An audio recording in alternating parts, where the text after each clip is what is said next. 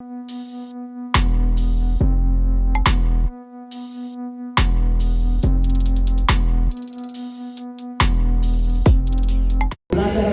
असते आणि मुला सदैव या निमित्ताने आपण हा संस्कार केला पाहिजे.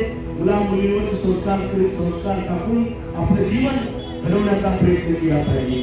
आणि मला आजच्या या मूल्यवृत्ती मी ते इंडोन्स सुद्धा आलेले आहेत आणि तेही बोलणार आहे. आणि आजच्या या मूल्यवृत्ती मी एवढी मंगल कामना सद्भावना इथे व्यक्त करतो की आपण जे काही भरते धम्मज्योती आहे, भरते बोधिरत्न आहे, भरते रत्नबोधी आहे, ही तिघही भक्ती या ठिकाणी आता काम करत आहे. औरंगाबादमध्ये वेळोच्या रोडवरती त्यांनी 2 एकर जमीन घेतलेली आहे. याही बुद्ध विहाराचा विकास करत आहे. आणि म्हणून जे बाबासाहेब आंबेडकरांना अपेक्षित असलेलं जे काही वेळोवेळी बुद्ध विहार वेळोवेळी 10 नंबरचं जे लेणी आहे त्या धर्तीवर त्या बुद्ध विहार होतं. अशा पद्धतीने जे काम आहे ते काम आपण सातत्याने केले पाहिजे.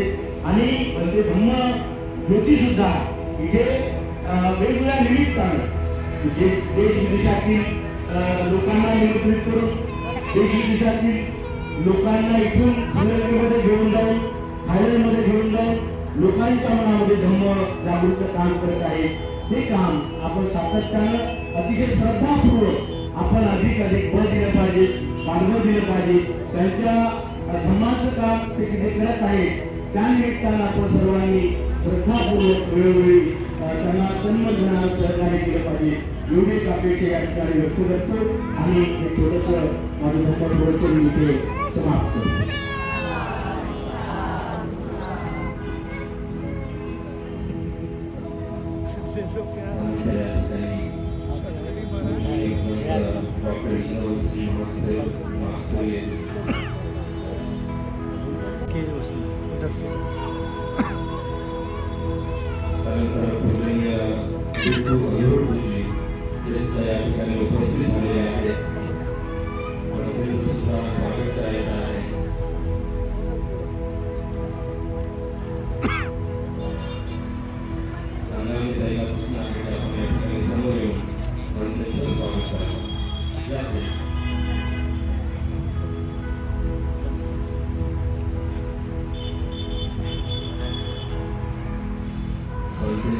शेवटची धर्मदेशा होणार होती, परंतु अजून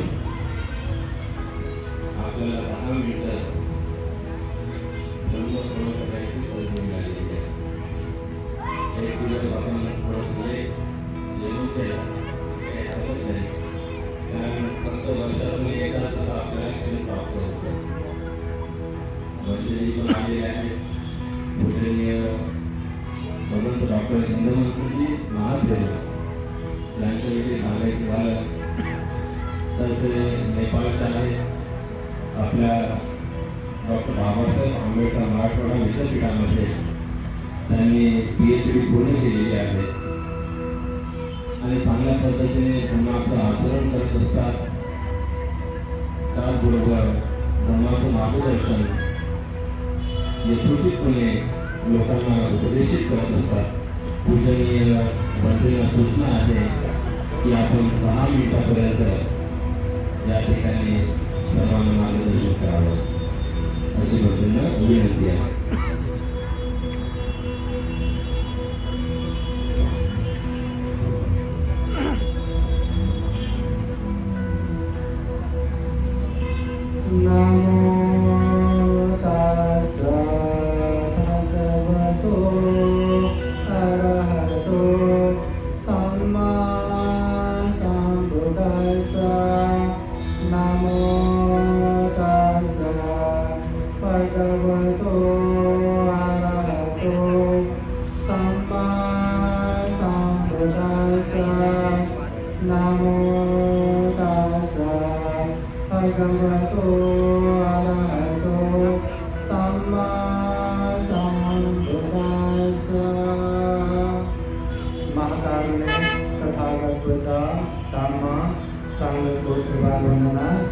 परम पूजनीय बोधिसत्व डॉक्टर बाबा साहब अम्बेडकर आज के कार्यक्रम में उपस्थित पूजनीय भिक्षु संघ पूजनीय भिक्षु प्राध्यापक डॉक्टर एम सत्यपाल महादेव पंडित जी, पूजनीय भिक्षु दामोदर खेरो, पूजनीय भिक्षु अनिल खेरो, प्रमुख संपूर्ण भिक्षुगण श्रावणगण उपासक उपासिकाएं, आज विशेषतः संगदान है।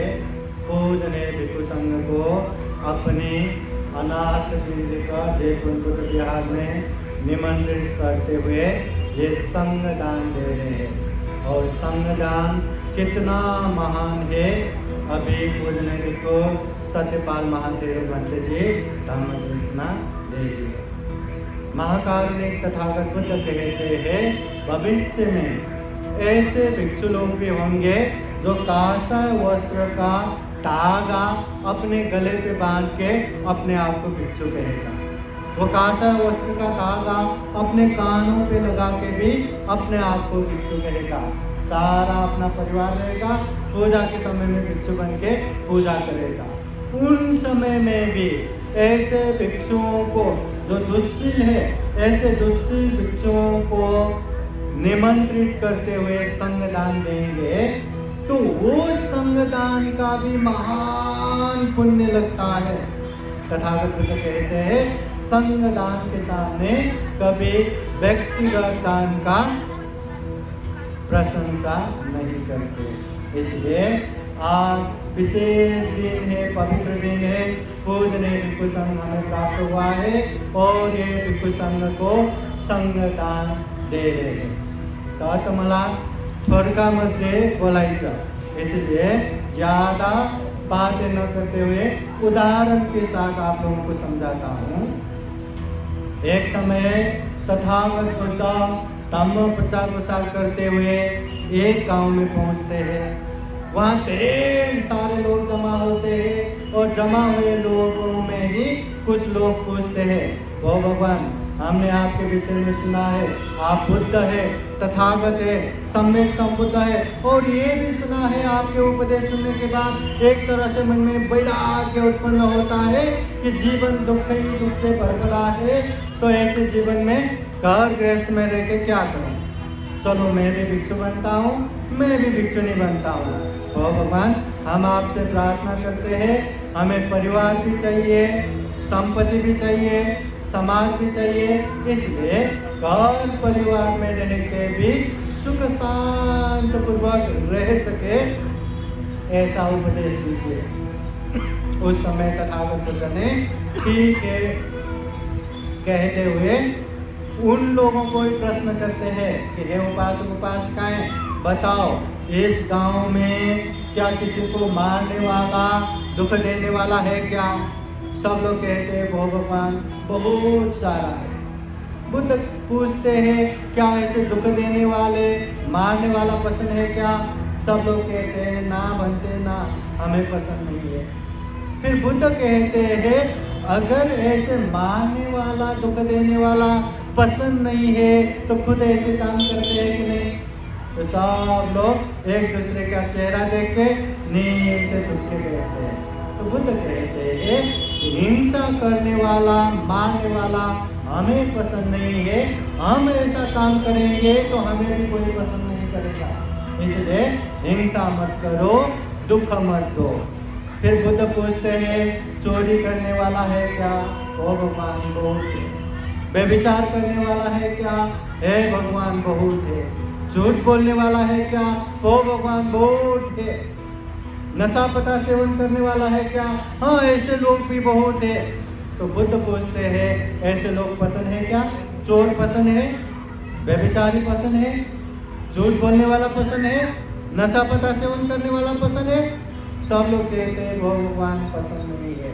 तो बुद्ध कहते हैं, अगर चोर हमें पसंद नहीं है तो हम चोरी करेंगे तो दूसरों को भी पसंद नहीं आएगा, चोरी मत करो। व्यभिचारी पसंद नहीं है, हम व्यभिचार करेंगे तो हमें भी कोई पसंद नहीं करेगा, व्यभिचार मत करो।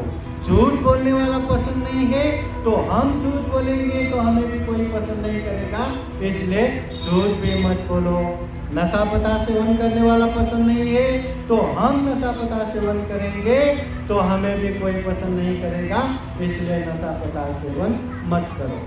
बुद्ध कहते हैं अगर सुख शांति के लिए घर गृहस्थ छोड़ के जाना नहीं चाहते, अगर सुख शांति के लिए घर परिवार में रह के ही सुख शांति प्राप्त करना चाहते हैं, तो कम से कम ये 5 से पालन करो। हिंसा मत करो, चोरी मत करो, व्यभिचार मत करो, झूठ मत बोलो, नशा पता सेवन मत करो। घर में रह के भी सुख भी होगा, शांति भी होगा। ये बुद्ध वाणी है। और हम हर कार्यक्रम में सबसे पहले ये पंचशील प्रार्थना करते हैं, ये 5 शील पालन करने का संकल्प करते हैं।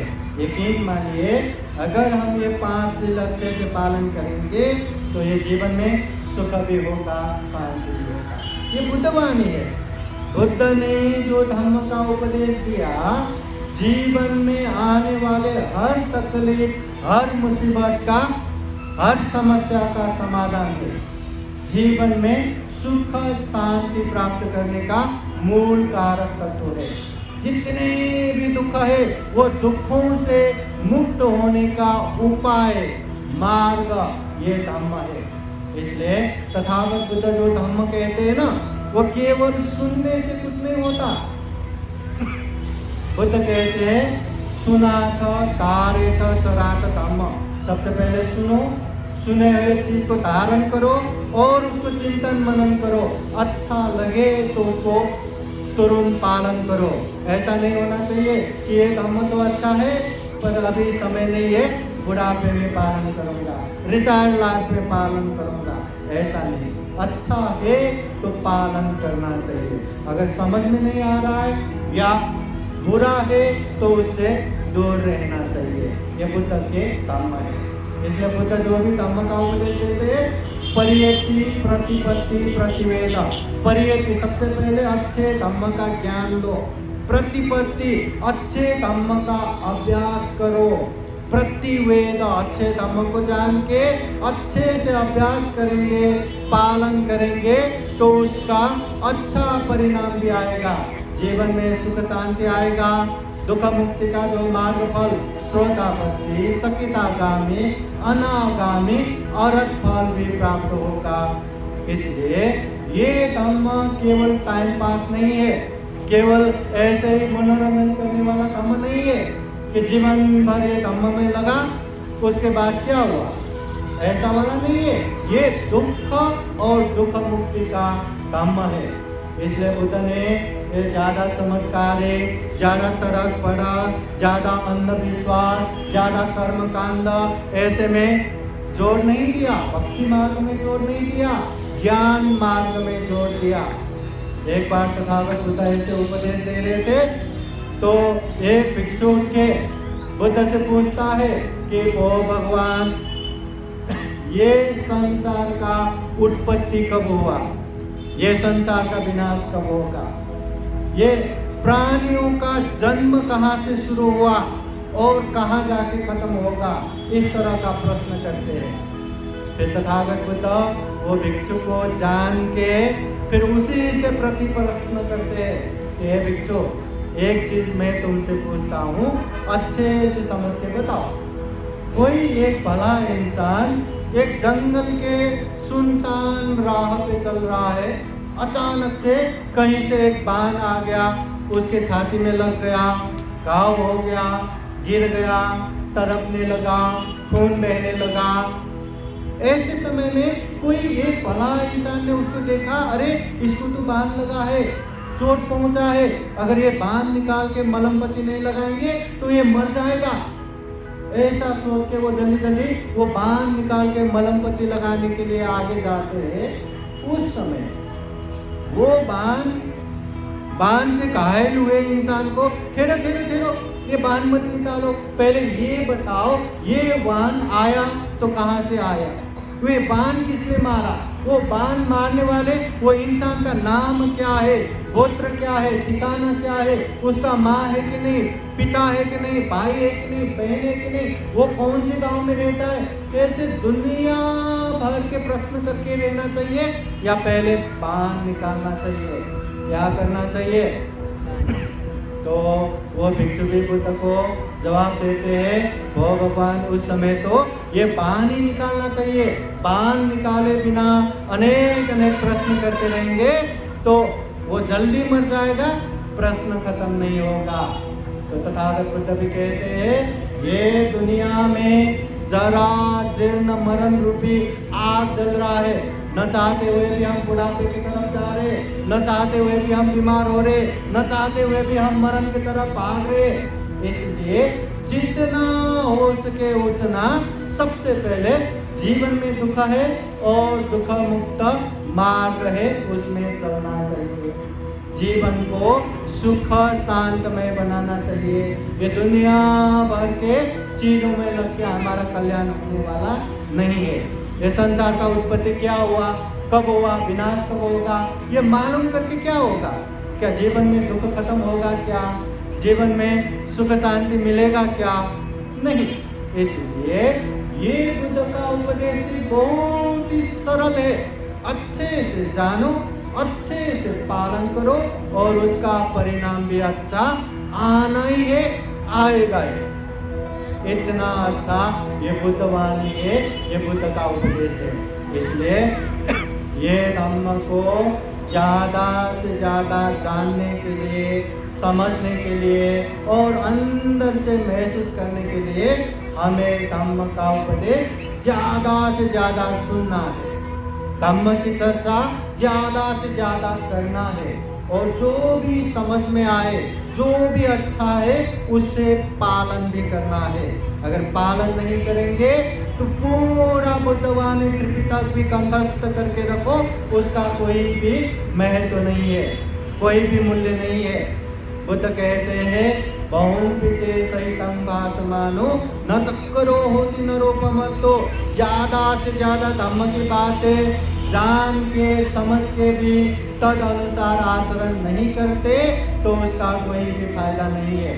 जिस तरह से मालक के गाय भैंस चराने वाले ग्वाले यहाँ वहाँ जंगल पहाड़ कंदराओं में जाके गाय भैंस चराते हैं, मगर जब दूध पीने की बारी आते हैं तो मालक पी जाता है, वो काम करने वाले को नहीं मिलता।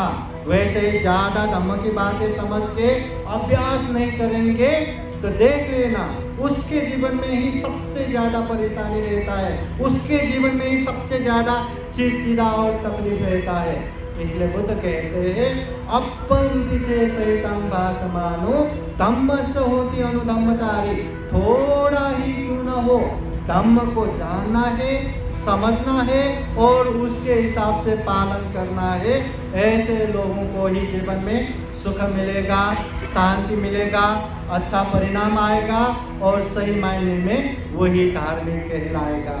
इसलिए हमें भी थोड़ा ही क्यों न हो धम्म की बातें सुनना है, समझना है। हम इंसान है, अच्छे से चिंतन मनन करके, अच्छे से विवेक बुद्धि और प्रज्ञा से जान के अच्छे को पालन करना है, बुरे को दूर करना है, ये हमें करना है। तो तथागत बुद्ध का वाणी भी यही है, जीवन में ढेर सारा पुण्य करना चाहिए, बार बार बारंबार करना चाहिए। जो पुण्य करेगा उसको ही महान और श्रेष्ठ सुख मिलेगा। तो हम भी जीवन में इस तरह के सुख प्राप्ति के लिए, इस तरह के महान और श्रेष्ठ सुख प्राप्ति के लिए, जीवन में सुख शांति प्राप्ति के लिए ढेर सारा बुद्धवाणी सुन सके, समझ सके और उसको अच्छे से अच्छे आचरण व्यवहार में अभ्यास कर सके। फिर एक बार आशीर्वाद देता हूँ, विशेषतः इस अनाथ पिंडलिक जैन बुद्ध विहार में ये जो संगदान कार्यक्रम हो रहा है, इस संगदान कार्यक्रम के मूल संयोजक, मूल आयोजक पूजनीय भिक्षु धम्मज्योति थेरो, पूजनीय भिक्षु बोधि रत्न, पूजनीय भिक्षु रत्न बोधि प्रमुख बनते लोगों को साथ देने वाले संपूर्ण श्रद्धा संपन्न, बुद्धि संपन्न उपासक उपासिकाओं को जीवन में खूब खूब सुख हो, शांति हो, मंगल हो, कल्याण हो, जीवन में ज़्यादा से ज़्यादा बुद्ध शासनिक धम्म कार्य कुशल कार्य करते करते ये दुर्लभ, ये अमूल्य, ये सर्वश्रेष्ठ जीवन को सफल बना सके, सार्थक बना सके, अंत में सभी दुखों से मुक्त, जन्म जरा व्याधि मरण से अलग निर्वाण तक साक्षात्कार कर सके, ऐसी कामना करते हुए ये छोटा सा कामदेशना यही समापन करता हूँ। सबका मंगल हो, सबका कल्याण हो, भवतु सबका मंगलम। साधु साधु साधु।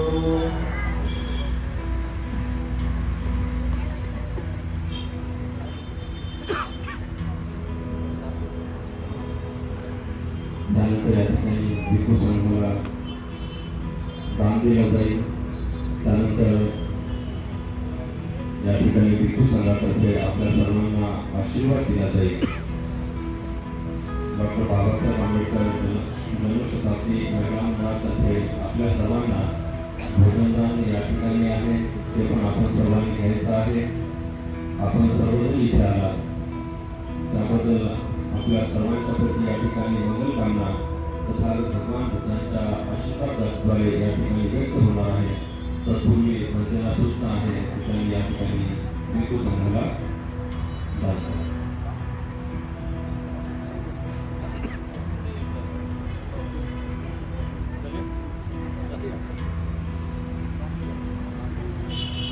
इससे एक बार ले लेना, निकाल के ले लेना।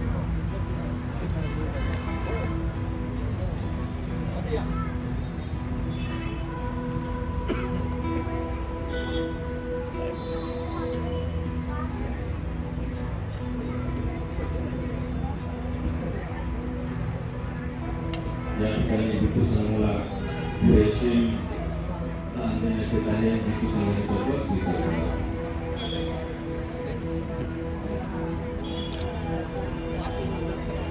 सर्वांनी सादर केले.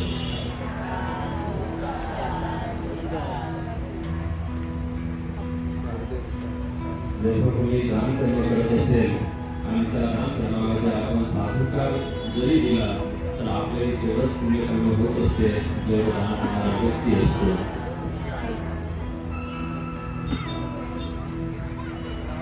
साधू साधू साधू.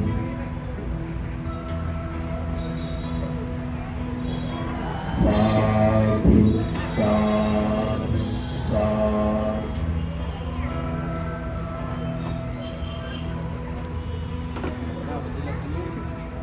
साधू साधू साधू.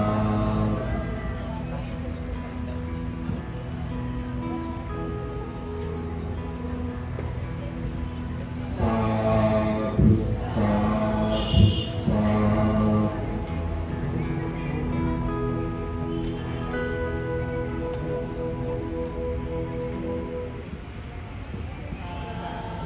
साधू साधू साधू.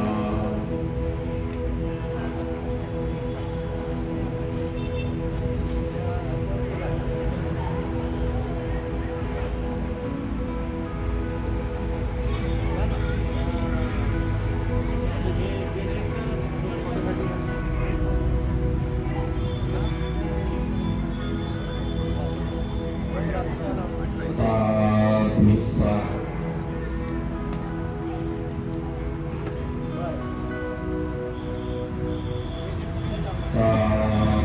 साधू साधू. आपण सर्वजण या ठिकाणी उपस्थित झालेला आहात. महिला मंडळाने आपलं पुण्य कर्म व्हावं या शुद्ध हेतूने प्रत्येकाने या ठिकाणी भोजनदानामध्ये सहभाग घेतलेला आहे. तथागतांच्या धर्मामध्ये भोजनाला अतिशय महत्त्वाचे स्थान आहे. भिक्खू संघासोबतच उपासक उपासिकांनाही या ठिकाणी महिला मंडळातर्फे भोजनदान होणार आहे. आपण जेवढं काही आपल्या जीवनामध्ये दानने पुण्यकर्म केलेलं असेल, श्रद्धायुक्त चित्ताने आपण काया वाचा मनाने कुशल कर्म केलेले असतील, त्या संपूर्ण कुशल कर्माचे या ठिकाणी अनुमोदन ठिकाणी तथागत भगवान बुद्धांच्या मुखातून निघालेल्या आश्चर्य वाक्याद्वारे आपल्या सर्वांच्या प्रती या ठिकाणी भिक्खू संघ अनुमोदित करत आहे.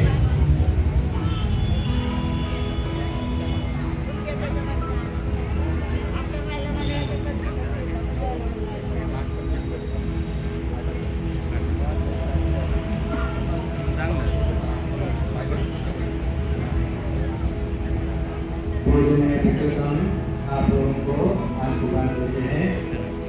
बुद्धवाद में पाली गाथा द्वारा आशीर्वाद श्रवण करने के लिए 3 बार साधु साधु बोलिए. सपितियो विभाजन्तु सापरोगो विनाशतु माते भवत्वन्तरायो सुखीर्घायुको भवतु सापमङ्गलं रक्षन्तु सापदेवता सापभूतानुभावेन सदा सुखी भवन्तु ये भवतु सापमङ्गलं रक्षन्तु सापदेवता सापधर्मानुभावेन सदा सुखी भवन्तु ये भवतु सापमङ्गलं रक्षन्तु सापदेवता सापसङ्गानुभावेन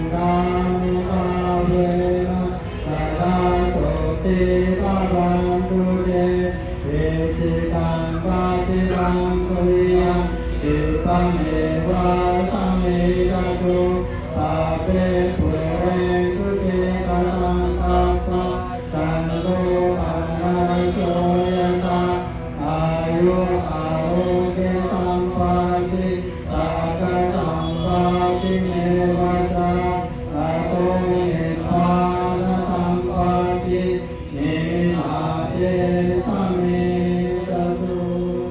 साधु साधु साधु. बुद्धं नमामि धम्मं नमामि संघं नमामि अहं वन्दामि सर्वदा.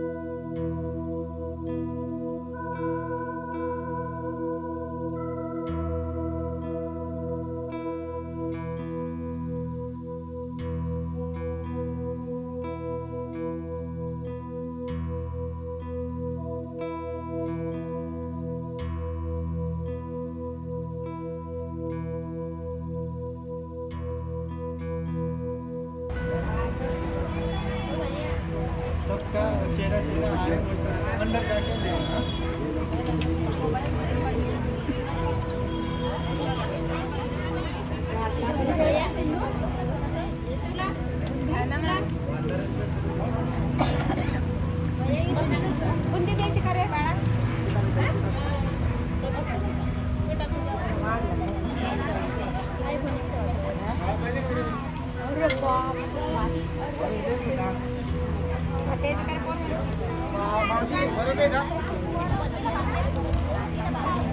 तो लागतं का बाय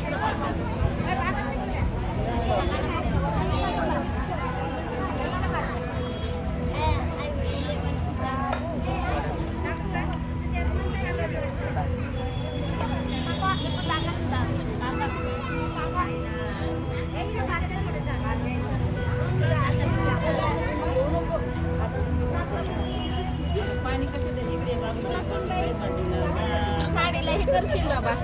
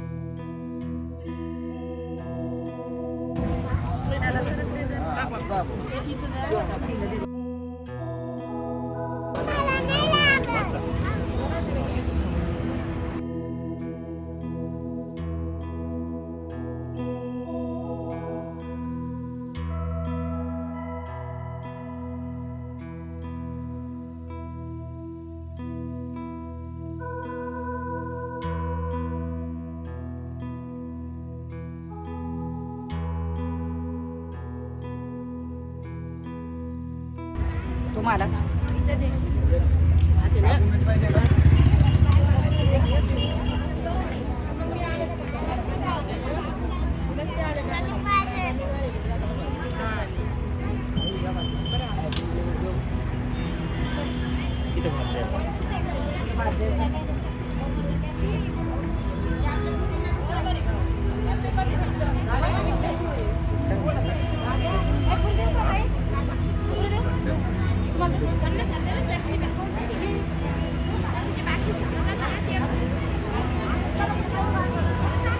भात द्यायचा का भात टाकायचा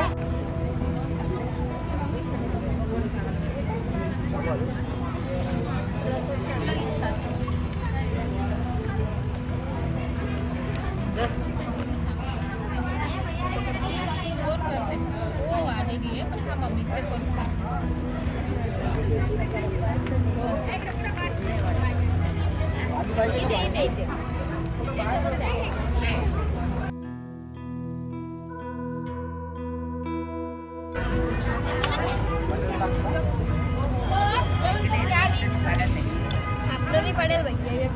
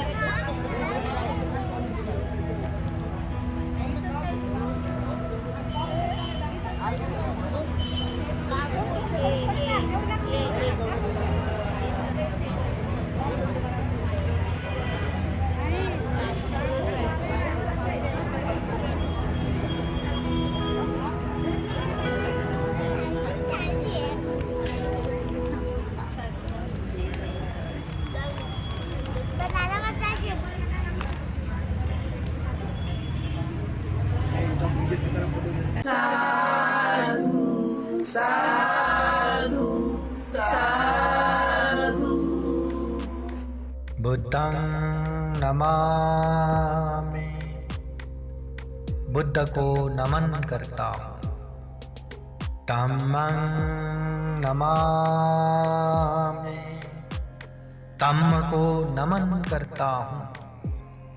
संघं नमामि। संघ को नमन करता हूँ।